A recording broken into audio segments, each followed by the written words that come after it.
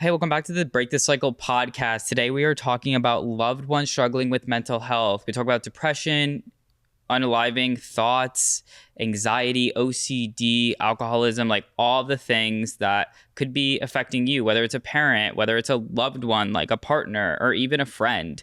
Everyone struggles with this, and what we usually see is it doesn't just affect the individual, but more importantly, it affects all the people that are supporting them. So if you find yourself in a relationship with someone struggling with mental health, tune in. We are here to help and support and just kind of chat it through like friends. Loving someone with depression can be difficult. Indeed, very difficult. But I loved my buddy old pal Danny during a depressive episode. And look at him now. He's helped millions get out of depressive episodes with his systems and knowledge. I'm trying my best. You're doing it. Doing my darndest. Okay, can you open up a little bit and tell us about where you were? In my depressive episode? Yeah. Yeah, it's interesting because I always took pride in the fact that I was the only one in my family without a mental health diagnosis.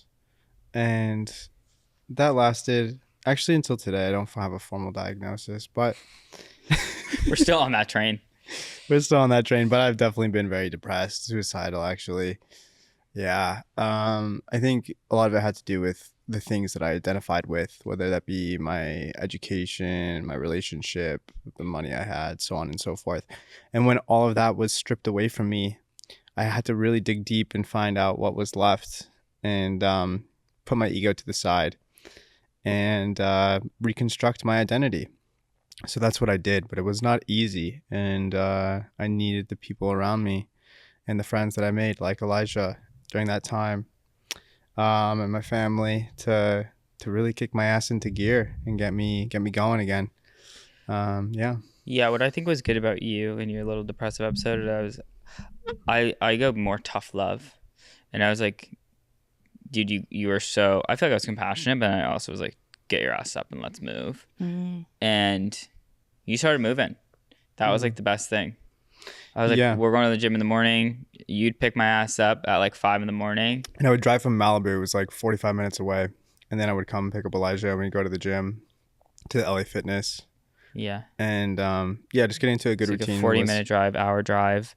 Yeah. But I've also run into people where I will help and be compassionate, but if you stay in the same rut, I have minimal patience for that, which is interesting because we're working on a mental health startup where you have not surprisingly, actually, you have a lot of empathy and ability to have that space. Where for me, I'm like more systems oriented, where I'm like, how do we build something that could move someone? But as far as being the actual therapist, not my fight. But yeah. Danny, you have a very strong ability to hold space for someone going through something like that. Thank you. Yeah, I think it was cultivated through my childhood. Just like as I mentioned, I was the only person without a formal diagnosis of some mental ailment. And just having to be patient with whether it be my mother or my father, who would just sleep for, at least a dozen hours a day.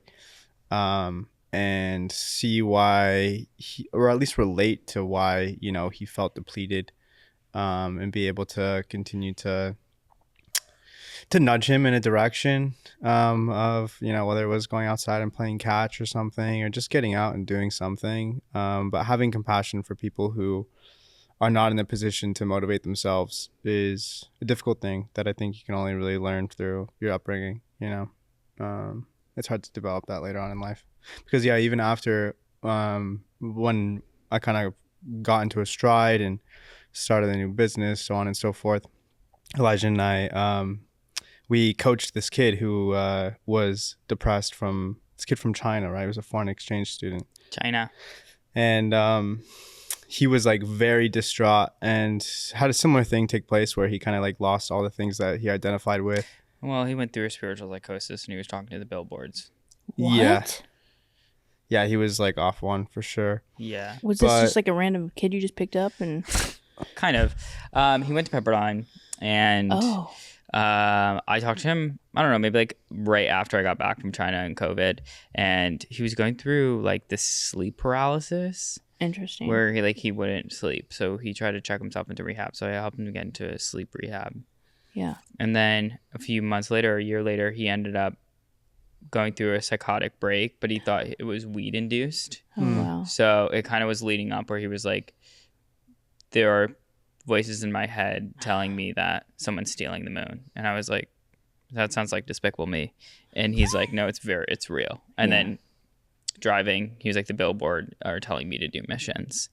And he ended up like driving himself, like clinically insane, 5150, 72-hour psychiatric hold. So he ended up coming into the ketamine clinic to try to do ketamine for his depression, because he basically went through this psychotic break. He then stabilized. He was then going through depression because he basically like threw out all of his clothes, had like a full freak out, and then came back to his normal state of consciousness and was like, what the fuck did I just do? Yeah. So his dad came from China, and I was like talking to him, and he's like, you seem like you could help my son. And I was like, I mean, he just came into the ketamine clinic and I was talking to him. Yeah. And he's like, can you help me by making a plan? Make a 2-week intensive plan. So Danny and I basically took this kid in. We housed him because I was like, well, I did it for Danny and it kind of worked. And he wasn't obviously going through his psychosis, but he was just in a really dark spot. And he got out of the dark spot and things were really moving in a short period of time. But also a lot of it was just like, he just needed a little push and then he was running. Yeah. Where we had like a 2-week booklet. We had exercises, activities every day. We went to the gym every morning. Like we were putting this kid through boot camp. And we were trying to like set up on dates. We were like, look at all these various factors of his life. Wow. And we built out this booklet. And it was like such a fun project. I've never known this. This is very interesting. Yeah. And Danny was much better at it than I was. Because Danny was like, hey, man, it's all right. And I'm like, get your ass up and do push-ups. Like Which bad is funny cop, because good cop, bad cop. Yeah, like you would think that he would be the one that's like, oh, like you need a 6-pack abs. You know, he's like, it's all right, dude. It's going to be okay. Yeah. And we got into this fight that was really funny where he was like smoking cigarettes. Uh-huh. And Danny's like, The Chinese kid.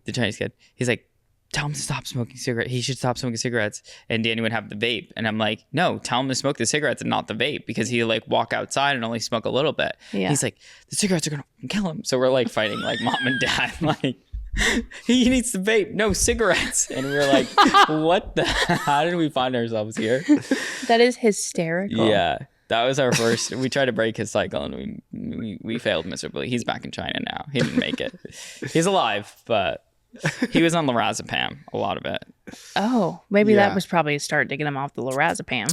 Yeah, we tried. He wanted a cold, like pour all the meds down the toilet and flush them. No, don't do that. It was tough. It was a tough case. We tried cryotherapy. We put him in the hyperbaric oxygen tank. We were doing red light. We were making him do a float tank. Danny, oh my God, that's hilarious. You drown him. We shoved his fucking head in a toilet and gave him a wedgie. You know, no, I'm just kidding. But Danny was like, you know what he needs? A PS4. PS5. PS5. It just came out. Merry Christmas. We're like, we need to get him gaming. Get but mind you, his dad was like a rich Chinese kid. Yeah. So Danny was like, oh, he could afford a PS5. So I'm like, Danny, he doesn't need a PS5. But I was still like working at that time, so I had to go to work. And I was like, Danny, whatever you do not get this man a PS5. Like his dad's gonna get pissed. He's gonna spend $500. I was still working too, but we had him like at an Airbnb that I was managing. And we were all just like, he was working, doing his like I had to physically go to work where you could work from anywhere. Yeah. And then what happened when I got off my shift? And then his dad freaked out because we went and got a PS5 off of like OfferUp. And he's like, return the PS5. We're like, dude, we bought off of OfferUp. There's no way to return it. And he got really mad. But then we never ended up opening the PS5. Where's the PS5? And then he deducted it from the payment that he like offered us to like coach his child. And then we ended up giving it to this lovely black woman that was trying to get pregnant again. And she gave it to her husband. And then they had another kid. So that PS5 was the catalyst to so we gave it to the manager of a company that we actually were ambassadors for. And that was how we like kind of got the ambassadorship. It was like a trade for trade where we're like, we'll give you PS5 for 3 free months. And the months were like, I don't know, like $400, $500 each.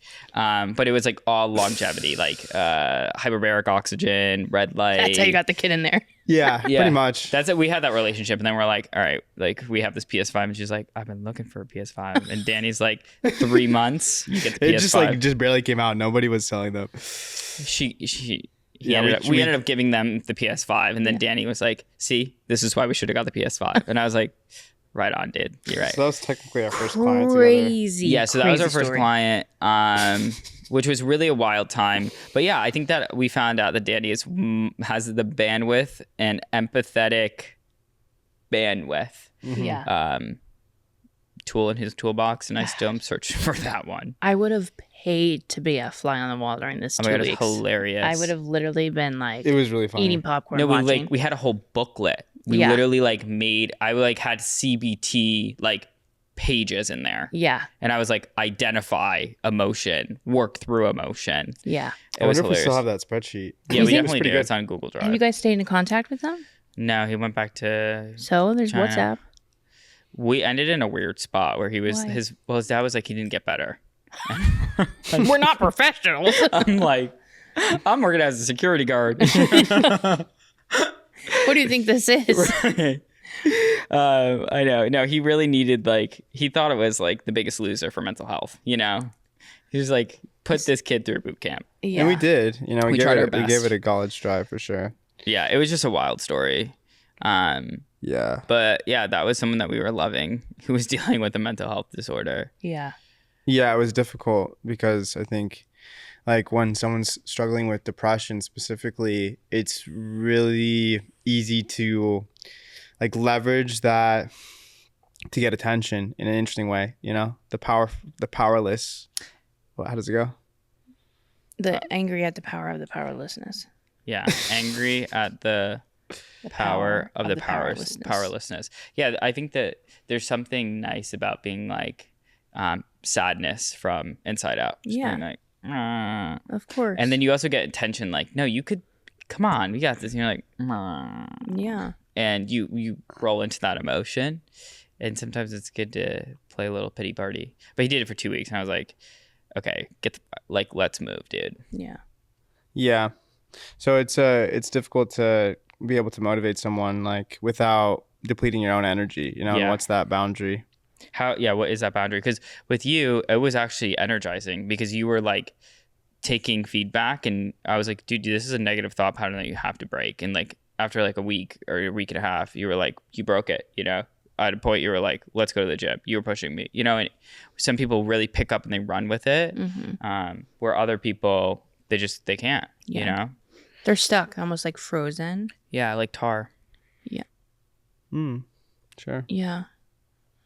I just, it's interesting, like, because a lot of people you can speak to who suffer with depression, like, really are going through a depressive episode, like, they can go to the gym, right? They'll show up, and it's still just like this heavy, like they're just walking on the treadmill. You know what I mean? They're just really deep in it. Mm-hmm.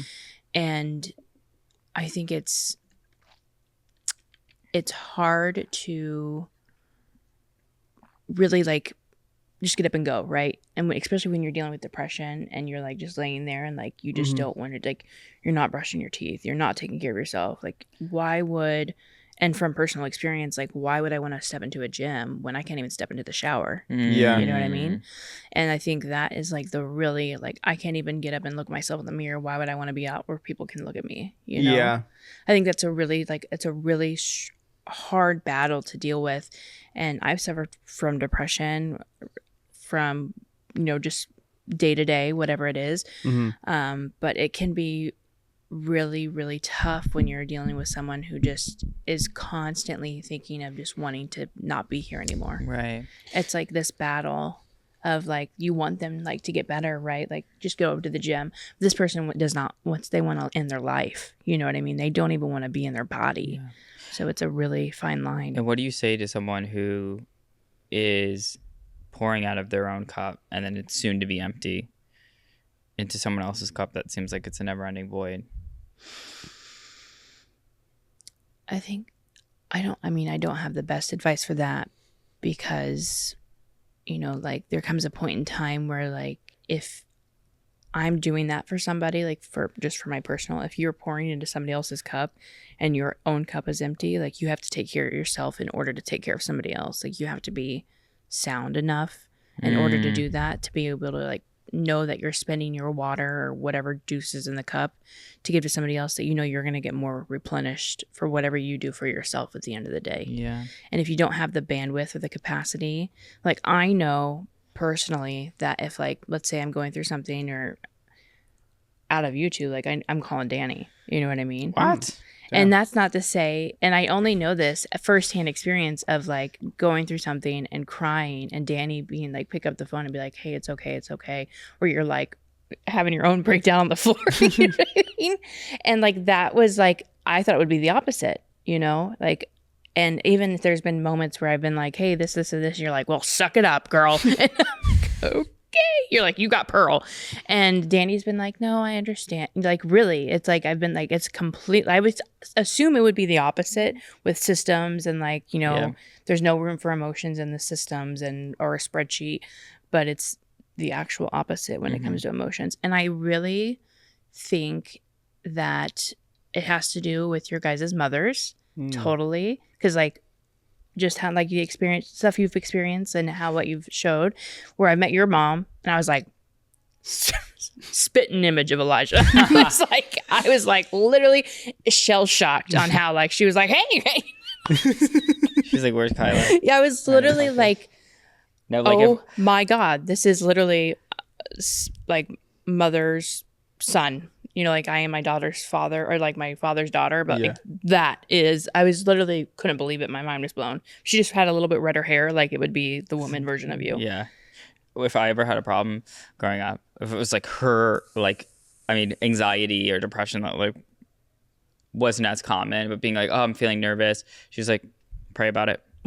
Pray about it. Like me and my siblings make a joke now. That's like, we could have went home with a broken arm. She's like, you're going to be fine. You're fine. You're fine. Pray about it. You're fine. You're fine. And that really does help like some mindset. Like my mom was like that too, to an extent. Like if something was wrong, run, you know what I mean? Like do what you got to do. And she just didn't have the emotional capacity to fill up my cup. I was filling up her cup, you know, same situation as yours as my mom was in and out of hospitals or like sleeping all the time or, you know, like going through stuff with her now dead ex-husband. And like, she was just going through stuff. And I didn't get that, you know, if I had an issue, I'd go to grandma, you know, like that. Way.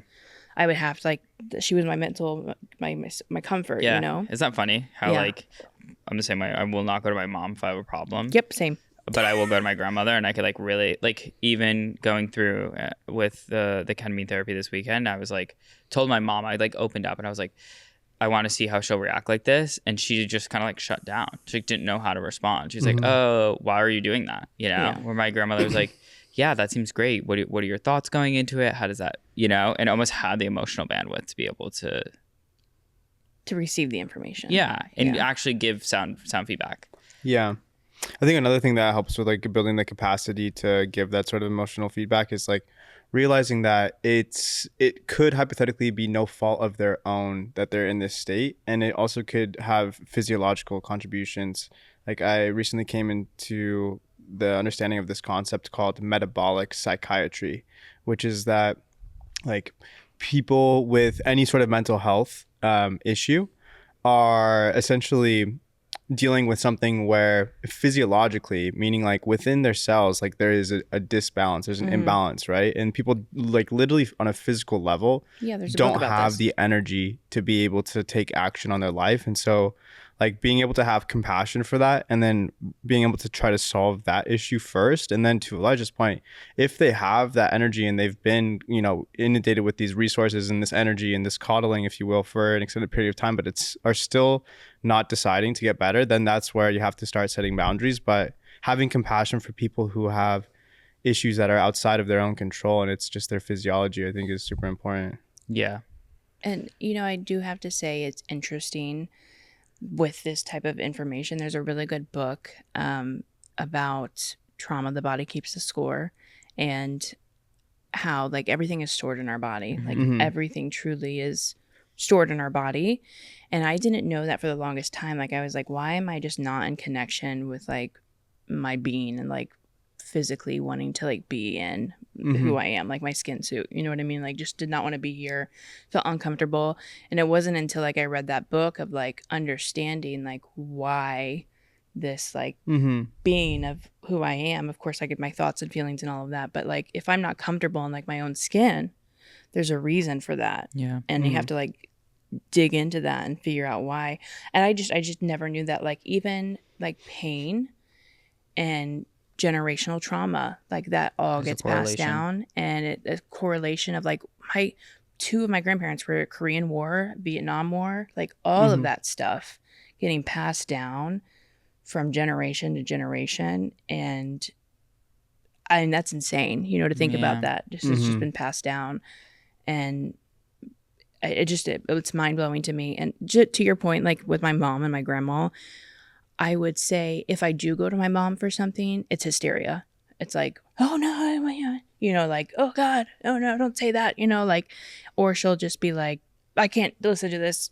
I'm messing up on my job. She just can't. She just has Yeah, they don't have the bandwidth. Or my grandma was sometimes like, well, you can either be pitiful or powerful, but she at least like receives the information, you know, and she'll create space. And they like to do this like little triangle. It's very interesting because we're all 20 years apart. Like one person will be like the victim, the other one's a perpetrator, and the other one's a savior, and we'll switch positions in our own dynamic all the time. It's very interesting. Fascinating. Danny, have you gone through like loving someone that has gone through mental health issues? Yeah, I mean, my parents come to mind first and foremost, but I think even in a relational context, yeah, like a lot of I don't know if that has anything to do with my my childhood and my upbringing, but Your parents? no, I'm saying like the fact that a lot of my girlfriends throughout high school and college also had like Mental health. multiple personality disorder or depression or things like that.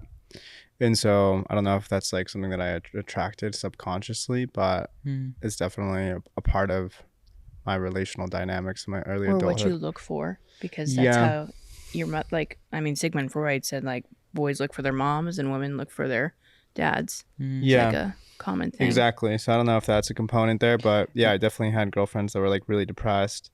What did you do when they had like the depressive episodes or like the multiple personality disorder? Like how did you hold space? How did you show up?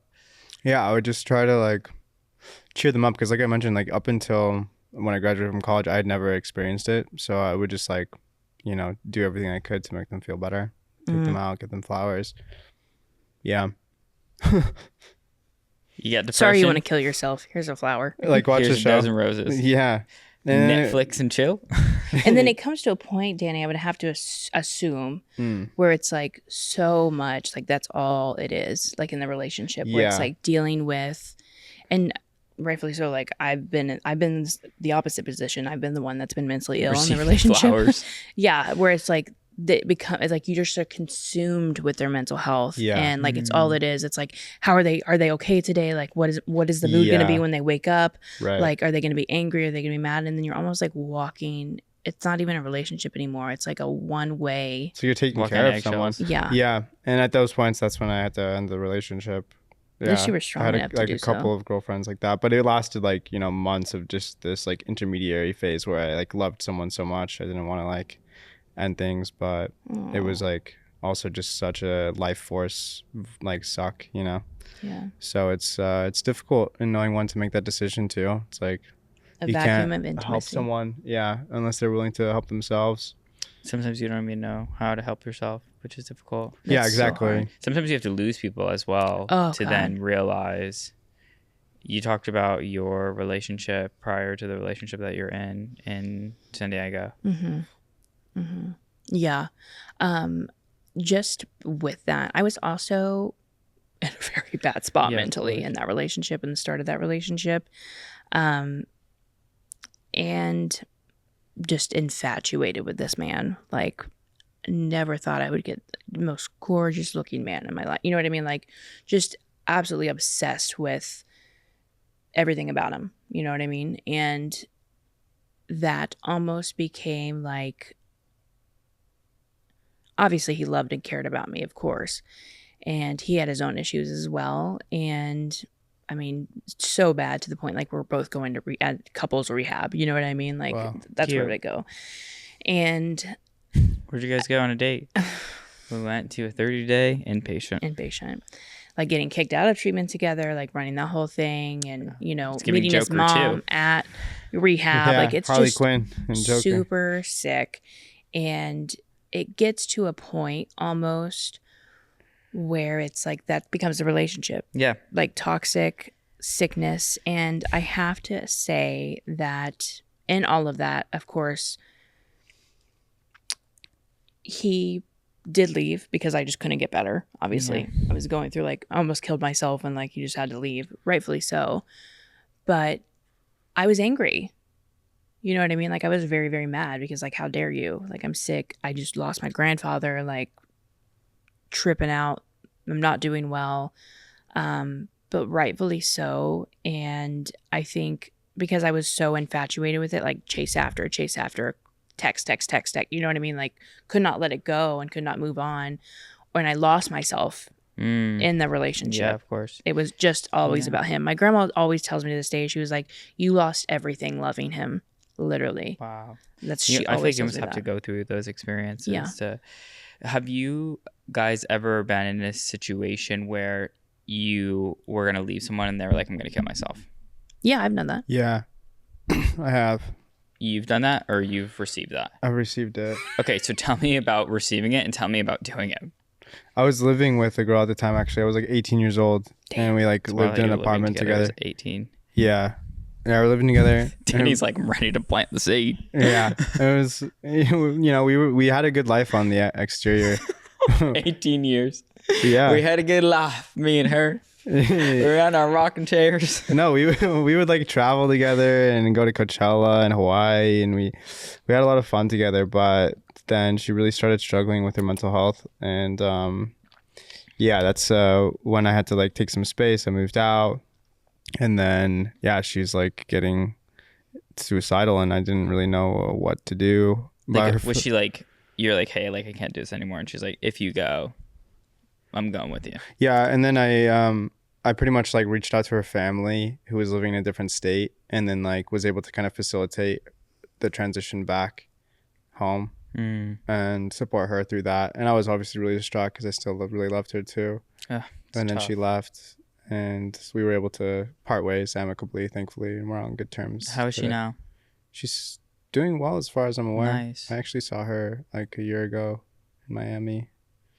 But yeah, it's hard. It's hard, especially like the intensity of romance, I feel like is like such a lifeline for a lot of people, like to have that sort of intimacy. It's like it gives them a sense of connection to like God almost, and to themselves, and like a sense of purpose.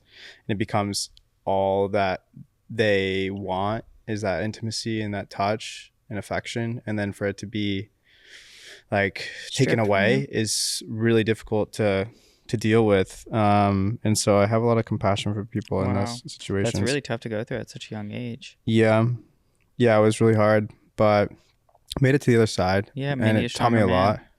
Respect. Yeah, I feel like I had like really intense relational dynamics in my early adulthood, which ultimately I think taught me a lot. And the fact that I've been single for the past few years has been good because I'm still like metabolizing all of that trauma and drama in my body and healing. That's great. Breaking the cycles. Yeah. What about you, Kyla? When did you tell someone you were going to end it all? And gratefully so that you didn't. Well, keep in mind that I have since grown since this time. So I know that like doing that is like extremely manipulative. And I know that behavior is like extremely hurtful and like just not okay. Like I know that. Of course, at the time I was it's like out of dependency and fear, I'm yeah, sure. of course.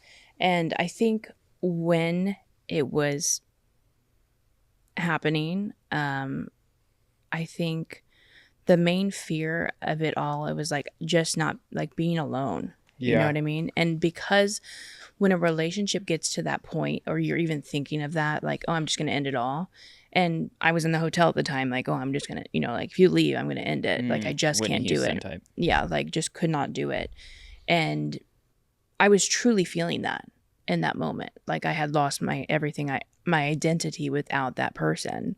And that is a really unsafe space to be in, of like true codependency, right? Is like your identity is in somebody else and you're not in yourself, now that I have learned. And it's taken a lot of therapy and a lot of like time of just like self-reflection and being single, being alone, to realize that like if I were to be single tomorrow, like that I'll be okay.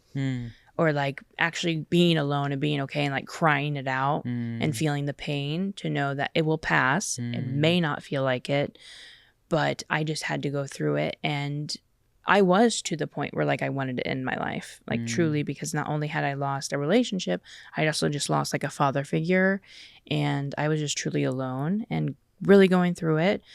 But there's also a different type of people, when people are just like, if you leave, I'm going to kill myself. Yeah. I was truly in the moment, like I put my theater kid watching hat the back bath. on. You know what I mean? Like and I watching said, the "You're bath. doing this to me." Yeah. You know what I mean? Like there's a difference between like the abusive people that like get in fights and like crazy, like, but I was truly feeling that way. Like I really wanted to.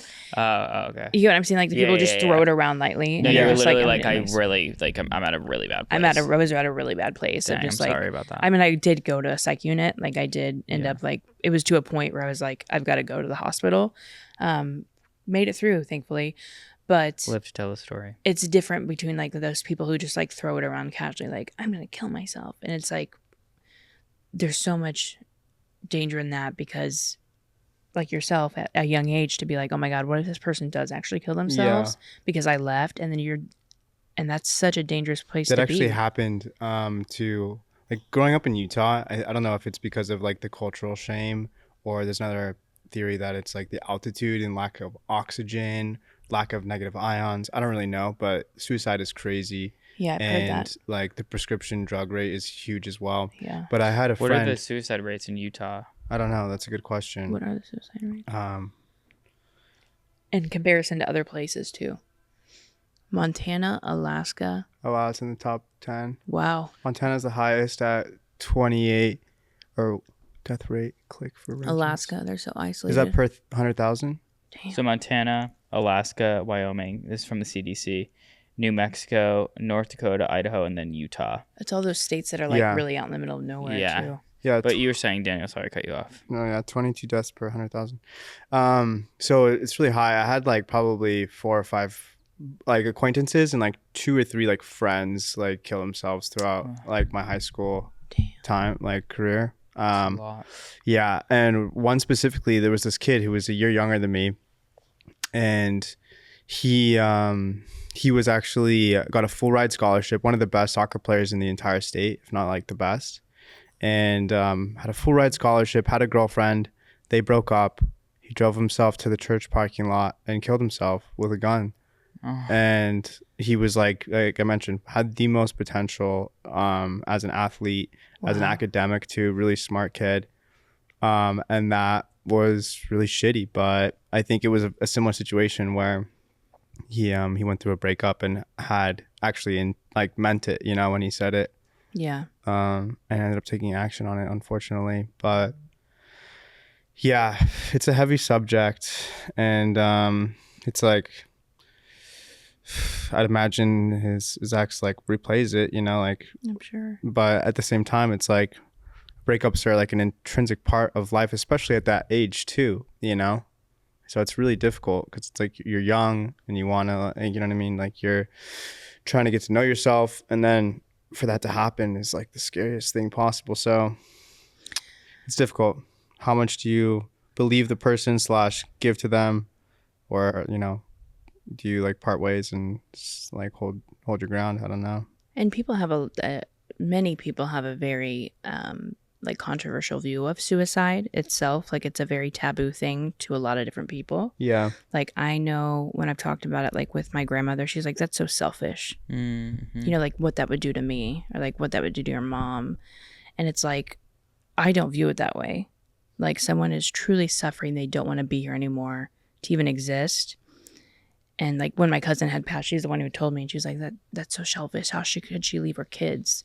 And I'm like, selfishness. Like she didn't think she would be like, that lady, that woman, my cousin, felt that she was not good enough to even take care of her kids. So she thought they would be better off without her. You know what I mean? And yes, I can see how people think it's selfish, like to take themselves out. But at the same time, like they're not in pain and like they're not suffering anymore. Yeah. Yeah, for sure. It's a hot take because I think I feel more like your grandma with I that. do. And I think it's just the way that I view mental health, you know, because everything is temporary. But some people don't see it that way, though. Yeah, in that mental state, you don't see it like that. Yeah, and I bring it back to like the metabolic psychiatry. I think so much of it is physiological, honestly. Yeah, because it is crazy to think about you wanting to end your own experience. Yeah. Like to think about that mental state and how someone is in there. It's like antithetical to your own biology. You know, like all living organisms are just trying to like procreate, survive, seek connection. Yeah. And then for you to do the opposite of that, there's something like on a cellular level that's not right. You know what I mean? Wires are crossed. Yeah. And that's why I really love what we're doing, because it's like specifically for people with major depressive disorder or major depression with suicidal ideation. Yeah. You know, Spravato and TMS. Yeah, specifically Spravato. I was at a dinner and they were talking how it's like lithium and then electric compulsive therapy are like two of the only treatments for suicidal ideation. And then Spravato came around, and it's the only treatment for the indication of major depressive with suicidal ideation. And that's so funny because when I was in that spot and I went to the psych unit, the doctor gave me ketamine.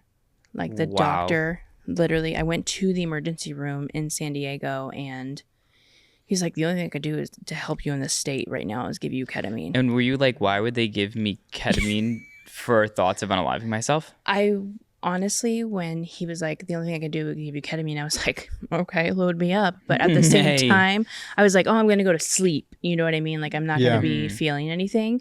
But I was really questioning, like, why would the doctor go to ketamine? Right, to stop suicidal thoughts.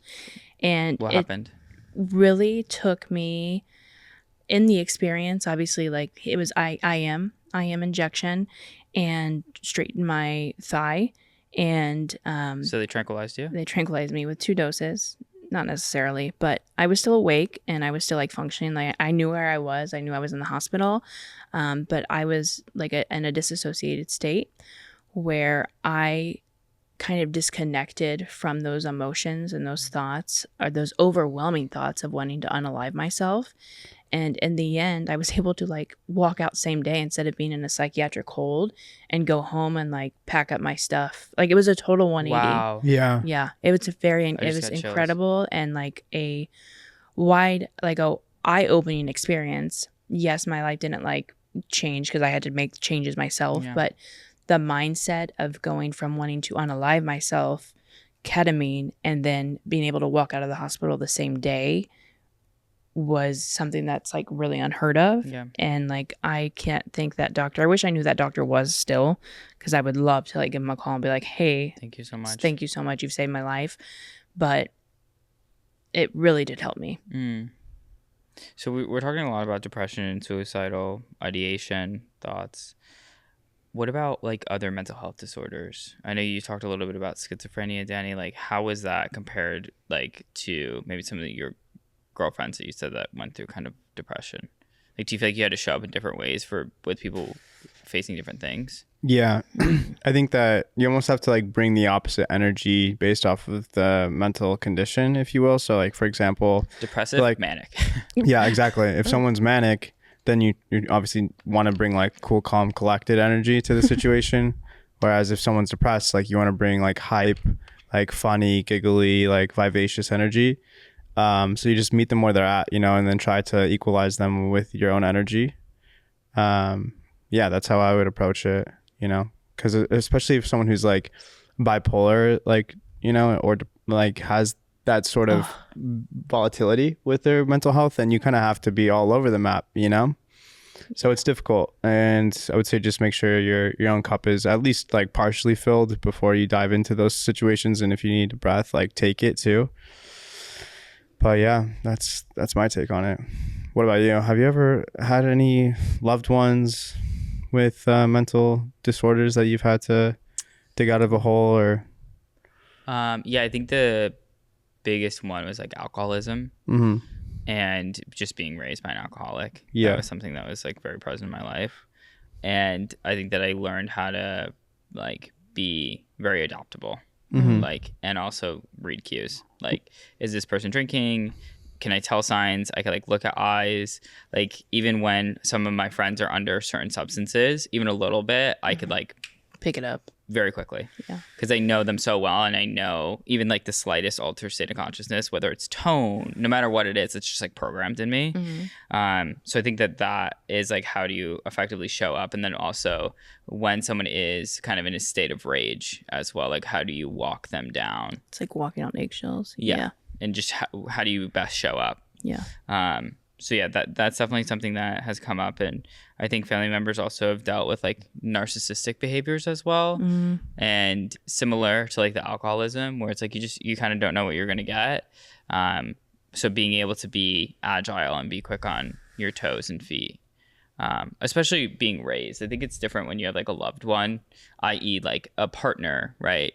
Because unless it's like your long-term partner, but even that, you will adapt and then leave and then come back to your homeostasis, or hope so, right?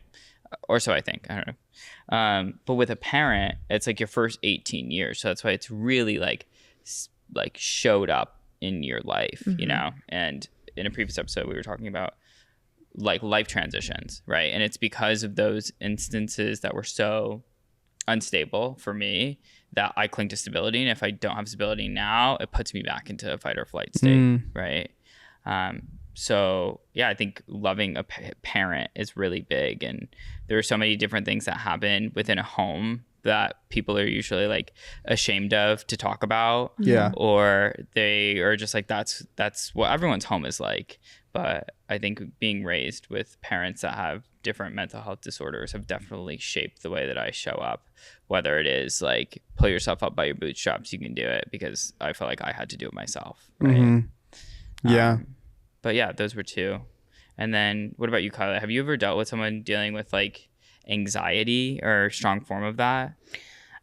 Yeah, I would say my my mom, she suffers from bipolar disorder. So not only am we dealing with like deep dark depression, but like also the manic, like best time of our lives, like let's go on a shopping spree, like everything's so exciting, fun, and new.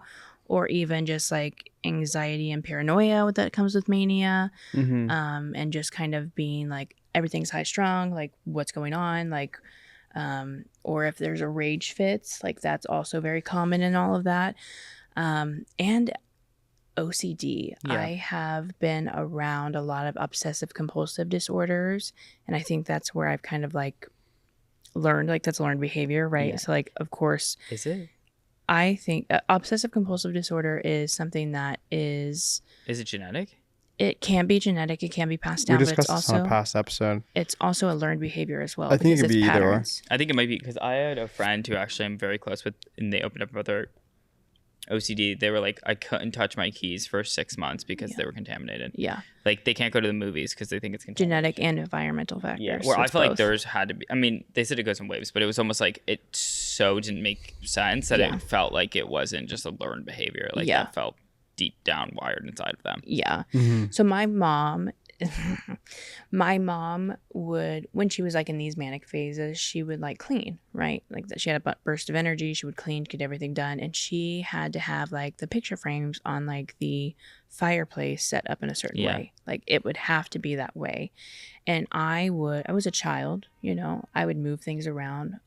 Oh my God. If I moved anything, touch something, put something, like just out of control, like fits of rage, you know what I mean? Just like very upset. And I'm dealing with it now with obsessive compulsive, like I'm not personally, but my partner is.